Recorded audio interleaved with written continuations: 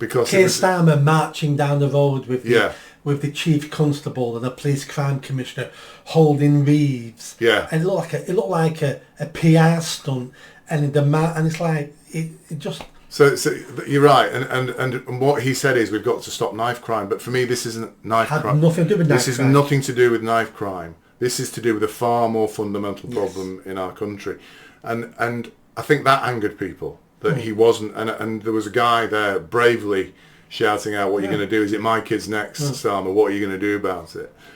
Which I thought was great, that finally people are doing these things. Anyway, so then the vigil happened, and whilst I don't agree with vigils, of course, I understand people want to express something, and I get that. But what happened was, and this has not been reported on the news, they caught a man. I saw the video. You've seen it? Yeah, so the video is available on YouTube, guys, by the way, if you want to track it down. An Indian guy, looked like I think he was a Pakistani, literally yards from the vigil with a machete. Yeah. So the police found him, caught him, arrested him. Anyway, my understanding is the crowd got wind of this, or potentially there was a second person like this. The crowd got wind of this, and that's when they started to riot against the police, expressing their anger. And you know something? No, they went to the mosque and started stoning the mosque. Yeah, and they were throwing, burning cars and stuff. And you know, and I'm sure I'm going to get a lot of hassle for this. I fully endorse their behaviour. I fully understand their behaviour. I understand their anger, and I'm glad that something happened. I'm glad, because one thing about the Manchester bombing, nobody got angry. Nobody went ballistic, rioted, and I realise the police, you know, in these situations become kind of kicking boards for frustration, but it's because they're a symbol of authority. And but they're also part of the problem, because they're woke and pink and fluffy. Yeah. So what really disgusted me was the way mainstream media would not talk about this. They started to say, and this isn't, again, first of all, they said it was the English Defence League, which is a defunct organisation. Then they said things like, it's not just people from Southport, it's people from neighbouring, like somehow that's a problem. Yeah. But why shouldn't people from neighbouring towns come and be angry? Why wouldn't? I was angry in Manchester. You were angry in, where I'm not quite sure where you live, but this area here, you were angry. Why wouldn't you, if you're that angry, get in your car and drive to the place where it's happening to express that anger and frustration and annoyance? But they make out like it's some sort of, these people are nothing to do with what's happened here, the tragedy. But they were. These are British people who are sick to death of what is happening in the country, who know that what's happened, who attacking the mosque, you would argue, is not the correct thing to do, but that's effectively that's a symbol of what they're annoyed about. The mosque is that they're taking out their anger on a symbol of and part of the reason I think they're angry, Nick, and part of the reason they were frustrated is because nobody anywhere in the government or the media is saying this has got to stop. You said it on Twitter, you said it, but who else is saying it? People have to go now to you on Twitter, to go to, is it Paul Thorpe, the guy we were talking about earlier, to hear somebody actually articulating what they are feeling. But the government, the authorities are not doing this, are they? And I think that's why it happened. That happened last night. That's exactly why it happened.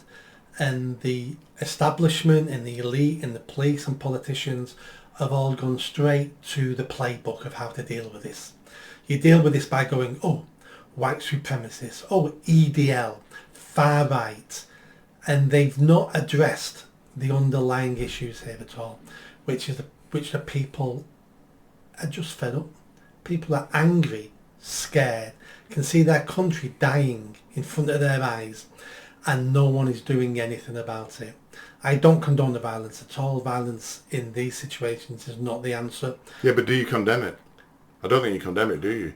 You don't condone it, but I think you, like me, don't condemn it, because I think I do. I think I do condemn it, but I can understand why it's happened, and I can even say it will probably do some good, which is an oxymoron. How can I condemn the violence knowing it's going to do some good? Because I think it will wake people up. This is the warning politicians need. They'll ignore it, but this is the warning they need, that we've got a lot more violence coming down the road here, because our politicians and government haven't got any politician, any government over my lifetime probably. I'm not just blaming the Labour, just happened to be in power for the last 4 weeks. They've not caused this, Labour. Tories have caused this 14 years. Yeah. Well, so the government. To me, but the Tories and Labour are indistinguishable anyway. So and Labour were the same before the Tories got it. So this isn't... Labour supported all the policies of the Tories, and they're just coming in and carrying on before. So let me run a phrase past you now, which you used, I think, last night in... And I was watching... I apologise. I'm going to apologise now for something I did. I plagiarised what you did. You wrote a statement, and I thought it was very powerful, and actually copied it. Yeah. And when Paul Thorpe was stating it, I posted it. Now that statement began with three words, and it was "violence is here." Yeah. That's what you said. So you said violence is here. What do you mean by that? I mean the British people have had enough. Especially the English. The English have had enough. And they've tried every way they possibly can think of. They voted in every government who's promised to cut migration, and they've all done the opposite. They voted in governments who want to crack down on crime, and crime's getting out of control. They voted in governments who said they'd be patriotic and love this country and let's celebrate this country, and they all do nothing. Everything the British people, the English people have wanted their governments to do and voted him in for that, they've been let down. And now it's got to a stage now where they're not only have they spent decades watching their children being gang raped and never turning violent, watching their children being raped, we're now watching our children being murdered. And not for the first time. It wasn't like, oh, you're killing us now, we're going to fight. No. You killed 22 kids in Manchester 7 years ago. Yeah. You've killed other children, you've done this, you've done that. And who do I mean when I say you've done?